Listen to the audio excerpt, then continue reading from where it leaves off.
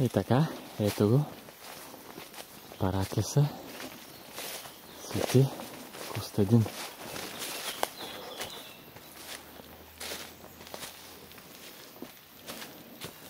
Параклис с аязма.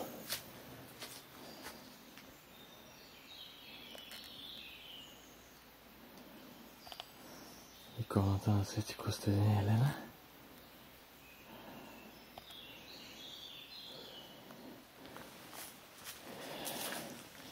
Днес е празника на светците.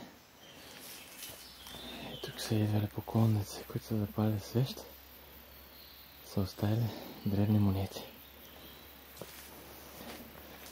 А тук зад параклиса странно дървено съоръжение. Навсякъде го има. При такива подобни аязма. Поне 4-те, които съм посетил.